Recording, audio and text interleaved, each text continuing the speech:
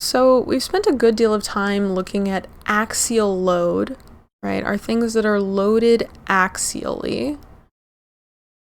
Looking something like this and calculating our normal stress and normal strain using Hooke's law, all of those good things together, but really spent a lot of time on normal stress, normal strain, and haven't talked in a while about our shear stress and shear strain and how we can apply those. So we're going to look at this idea of torsion now. We're going to do a big section just as we did on axial load. We did a lot of problems, a lot of talking about things axially loaded and how we look at those. This will be a big section on torsion, where torsion is essentially a moment that causes longitudinal twist on an axis. So torsion coming from torque,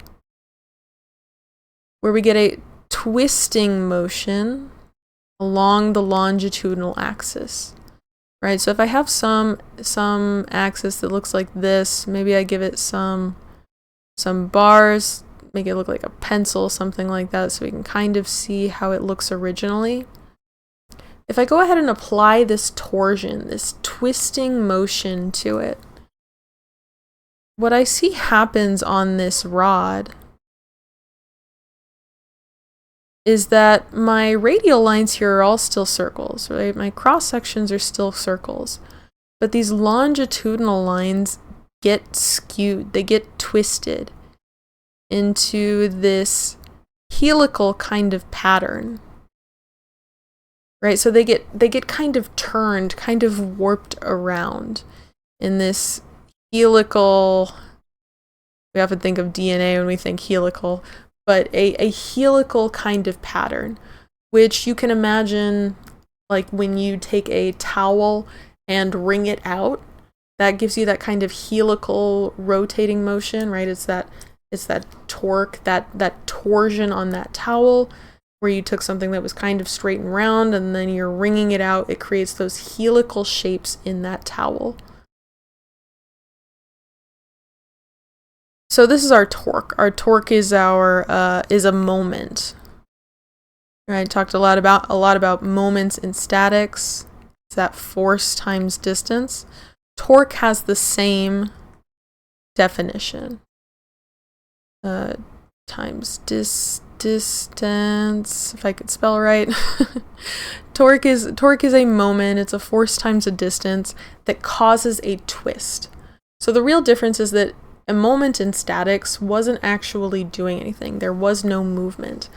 With torque, there is movement. And we care about this a lot as engineers, right? Torque is going to come up a lot when we're designing axles, drive shafts, things attached to motors. We really care about torque for power transmission, honestly. Anytime that we want to get power out of a motor, there's usually an axle connecting into it, and that rotational movement is what drives the power, right? That transmits that power. So this is why we would care about this torque, about this twisting movement in our rod. But we also care because now, even though we've been dealing with all this normal stress and strain, now our shear stress and strain are going to be really, really important when we're talking about torque. Because if I were to take a cross section of this guy who's been twisted, let me just take a little piece. Just take a little piece out of this guy. And let's look at him. Alright, so I'm gonna kind of rotate it around so we can look at it. So here's a little cut section of that rod. All this distance dx. And essentially what we have is the untwisted original line. I draw that in. Comes down here. This is our radius. I'm going to call our radius, our full radius here, C. And then this is our distance dx up here. And when it goes through that rotational movement, rotates down, it creates this angle here. And so this angle here, and then another angle here. Note that these two angles might be different because of the shape of the geometry, just everything that's going on. These two angles are different. But this angle up top is going to be somebody very familiar to us. This angle of the longitudinal axis rotating, this is our shear strain. Gamma, our shear strain. That's what this angle represents. And this angle down here that we can see in the cross section is called our angle of twist. Angle of twist, and he's represented by the Greek letter phi. So the Greek letter phi here is our angle of twist in that cross-sectional area, and along the longitudinal axis, our shear strain is this angle here, created from our original to our new twisted location. So one other important point that I want to point out here is that this gamma, this shear strain here, is at a maximum at this surface here. If we were to look at just that cross-sectional area, what we would see is that because of this angle of twist, the shear stress is actually changing at each of these points. Right? There's a little less force, a little less force, a little less force. So our shear stress at each one of these individual points down until we get into the center of our rod is different, right? We twist something, and if we think about twisting something, it's kind of like rotating it around its own centroidal axis, right? So it's rotating about this point here, right? This axis that goes through the rod. So this shear strain is not the same as this shear strain, which is not the same as the outside shear strain, which is where it's at a maximum. So we can calculate this shear strain with a relationship between our angle of twist and our radius here. So I'm going to call any random radius here, I'm going to use the Greek letter rho for any random radius, and I'm going to use C for the entire radius, just so we don't get anything confused for radius. I won't use R for radius, just so we know which one we're using. If we're using the full length, we'll call it C. If we're using a partial length, we'll use the Greek letter rho. Just so we know which one we're using, which can be a little confusing, especially if we're used to rho being a density. But we're just using it as this placeholder distance that's not quite a full radius. So if I look here, I can create a relationship with my angle of twist and my dx. So as my angle of twist is changing for every dx that I'm going through, I can relate that to my shear strain, along with whatever rho I have. So wherever I am in the middle of this tube, I can relate that to this angle of twist here for every dx that I have, which I can also relate to the maximum shear strain over the full distance. And the reason I'm mentioning this is because we can use this property along with the fact that our shear stress is our shear modulus of elasticity times shear strain. Use this relationship to create a relationship with shear stress and create a relationship with torque, because our stress has a force in it and our torque is a force times a distance. So we want a force term, we want a distance term, we can get the force from the shear stress, we can get shear stress from shear strain. So I have my shear strain relationship here, and we're just going to quickly derive this equation, which says, all right, I'm going to rearrange this so that gamma is rho over c times my max shear stress. And again, that max shear stress is occurring at the surface here, right? At the surface here. And then that gamma can be occurring at any point down through the radius. But because we know that shear stress equals G times shear strain, we can make that a straight substitution in here. Right, they're both related by that constant G, assuming we're in the linear elastic region, which we're going to make that assumption for now to get these relationships, just as we did for axial load when we were getting the delta equation. Going to assume we're in the linear elastic region. This is tau max. And from there, what I'm going to do is pull my torque equation. So torque is F over A, or changing F over changing A if my force and area are changing, which they are as we go out radially. So I can make this substitution where I say, do I want to make this substitution? No, I think I just want to do my torque. Right, so torque is a moment, which is a force times a distance. So for my torque, I have my change in torque is going to be the distance, any arbitrary distance rho that's out radially, times df. So I can make this substitution, df equals my shear stress dA. I can substitute that in here, and that gives me dt equals rho tau dA. And when I integrate that, this may or may not be a familiar flash from the past for you. If I do, I'm going to go ahead and do another substitution. T max over C, integral over the area, rho squared dA. Point being is that this rho squared dA term may or may not look familiar to you. This is the polar moment of inertia. This is the definition of the polar moment of inertia,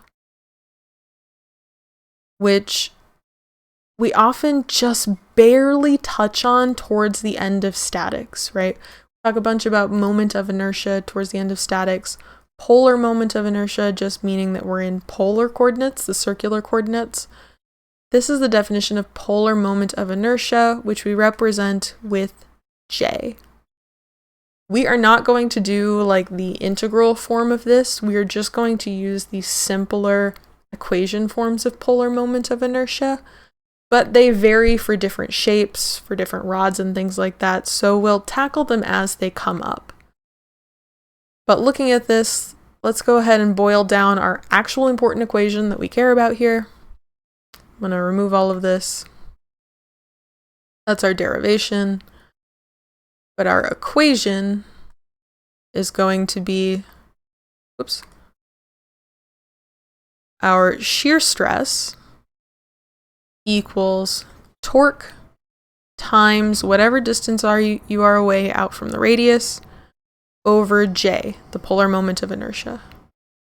Or you can write it for the maximum. So the max shear stress is torque times C being the outer radius, over the polar moment of inertia. So these are the equations that we care about. Again, T is torque. Rho is an arbitrary radius. C is total radius, the overall radius. And then, of course, our tau is our shear stress. And J is the polar moment of inertia. For right now, we're only going to be dealing with rods, only with circular cross-section areas. We'll talk a little bit about more complicated cross-sectional areas as we go, but just for this video for now, as we learn this, we're going to deal with circular cross-sectional areas, which could be either a solid circular shaft or it could be a tube, right? A tube with some hole in the center there. So for a solid circular shaft, the polar moment of inertia is going to be pi over 2 times c to the 4th. So that outer radius c to the 4th power. And for a tube, the polar moment of inertia is pi over 2 times the outer radius to the 4th power minus the inner radius to the 4th power. Right, so that's that C outer goes all the way to the outside, where the C inner goes just to the inside edge of tube here, C in. So these are the two polar moment of inertia equations that we're going to be using for right now, right? Just looking at circular shafts and tubes for right now. But these equations are going to be our torsion equations, right? We can use them to calculate our shear stress, to calculate our torsion as we're designing rotating shafts. So let's go ahead and look at an example of how we might do this, how we might use these equations. So this example asks us to find the maximum torque that can be applied to each shaft here, and we're given a solid shaft with a radius of a radius of 100 millimeters, and a tube with a radius, an outer radius of 100 millimeters, and an inner radius of 75 millimeters. We're finding max torque, and we're given that the allowable shear stress is 75 megapascals. And then also find the shear stress at the inner radius of the tube. So the allowable shear stress that they give us, they're already telling us that that max shear stress is going to be 75 megapascals. 75 megapascals. So if we look at our torque equation that we had just discussed, T max, tau max, is our torque times c, the full outer radius, over polar moment of inertia. We're finding the max torque, so we can just rearrange this equation to be our torque for the solid shaft that we're looking at here is our max shear stress times the polar moment of inertia divided by the outer radius. So we have our max shear stress at 75 megapascals. We know C is the 100 millimeters. All we need is that J value to go ahead and calculate this torque. So J, our polar moment of inertia, for a solid shaft is pi over 2 c to the 4th. In this case is pi over 2 times our c is 100 millimeters, so I'm going to convert that to meters. 0.1 meters to the 4th. So I punch that in a calculator and get 0.001571 meters to the 4th, which then I can just come over here and plug into my torque equation.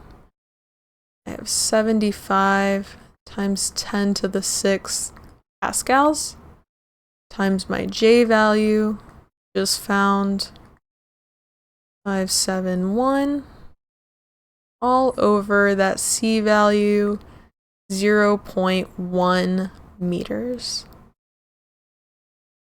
All I've got to do is punch that into my calculator, and I get the torque for the solid shaft is 118 kilonewton meters.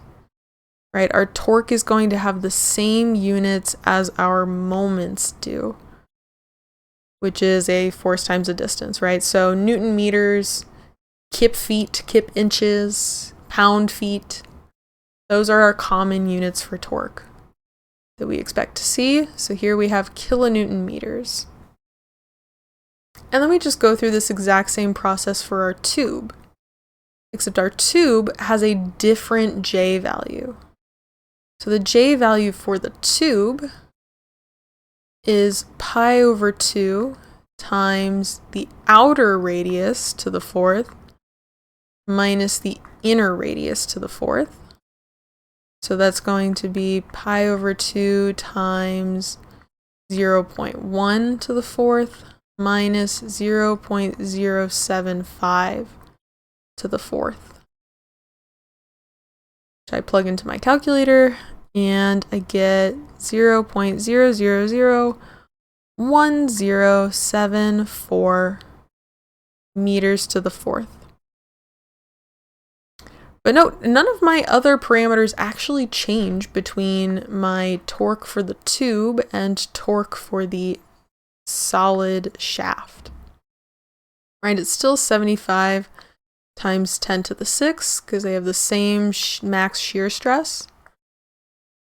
They have the same outer radius, 0.1. It's only that J value, that moment of inertia, that is different between the tube and the shaft. So I plug that into my calculator and I get the torsion, the max torsion I can handle on my tube is 80.5 kilonewton meters. Right, it kind of makes sense that our tube can handle less torque than a solid shaft can. Right, there's just less material to absorb all of that stress. So a solid shaft will absorb a lot more torque, can handle a lot more torque than our tube shaft. So our final step in here was to find the shear stress at the inner radius of the tube. Right, shear stress at the inner radius of our tube. So that distance that we're looking for here, rho, is 75 millimeters. We want to know what the shear stress is at 75 millimeters. Remember, our max shear stress happens at the very outside at that 100 millimeters. So now we're calculating what is that shear stress for torque times rho, any distance rho, over J. And the main difference here, right, when we're calculating this, torque is going to be the same tube torque that we just calculated, 80.5, or I guess 80,500 Newton meters, times that distance rho, 0.75, all over the same J, right? That polar moment of inertia is a property of the cross-section itself, meters to the fourth. So it's that torque that we just found times the diameter, or times the radius that we're interested in, over the polar moment of inertia that we had just calculated. Plug all that into a calculator, and we get 56.2 megapascals. So the shear stress at the inner radius is 56 megapascals compared to our maximum shear stress. Max allowable is 75 megapascals, right? Substantially lower here, 56, much lower shear stress happening on the inside of that tube than is happening at the surface of our solid or our tube shafts here. This is one example of how we might use this combination of torque and shear stress to kind of calculate each other. But let's take a look at one more example. So in this example, we're given this illustration with a 1.5 inch diameter shaft shown that's subjected to 3 different torques, right? So here it's supported by 2 frictionless bearings on either end, and then each of these little blue discs is a gear that's being subjected to a torque as shown. And we want to find the max shear stress in section AA. So this does work a lot like you would think it would in statics, right? Remember in statics doing 3D moments? This is exactly that application, right? So I have my rod here and I've got a torque, and then my cut section at AA. So I have this torque of 30 kip inches, and in the other direction, 42.5 kip inches.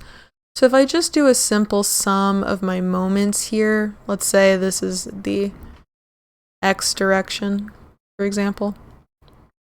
Sum of my X moments here, moments about that X axis, is going to give me my 42.5 minus 30 minus whatever that torque is at section AA. Right, it has to equal out to 0, which tells us that the torque is 12.5 kip inches, right? Saying that there is a torque going this way, 12.5 kip inches.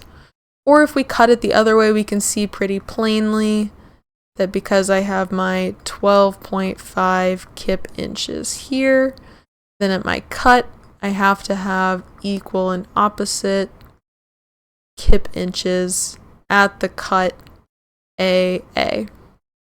Right, so it's just applying those static equilibrium things that we expect. So the torque in this section in the rod, in this section AA, if I cut it right there, is this 12 kip inches. So I'm trying to find the max shear stress. And we've got a handy dandy equation for that.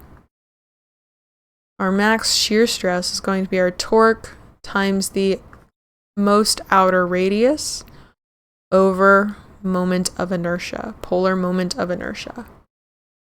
So my polar moment of inertia for a solid shaft, pi over 2 times c to the 4th. Honestly, if I go ahead and just plug in this equation, cancel out with one of my c's here. C to the 4th becomes c to the 3rd, cancels out that c. I've found my torque. It's 12.5 kip inches over pi over 2 times c cubed. My c gives me a diameter of 1.5 inches, so my radius C is 0.75, right? Just divide that in half. 0.75 inches to the 3rd, and I can get my shear stress just punching that into my calculator, right? Plug all that in, I get 18.9 KSI, kips per square inch.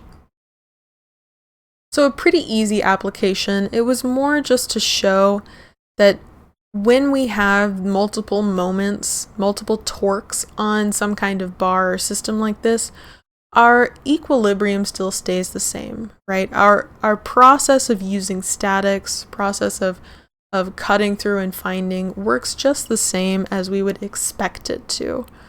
So we can find that torque from finding the moments. Torque and moment are really best friends. I would say one and the same, but they're really very similar. One moves, one doesn't. That's really the only difference. Otherwise, they are one and the same.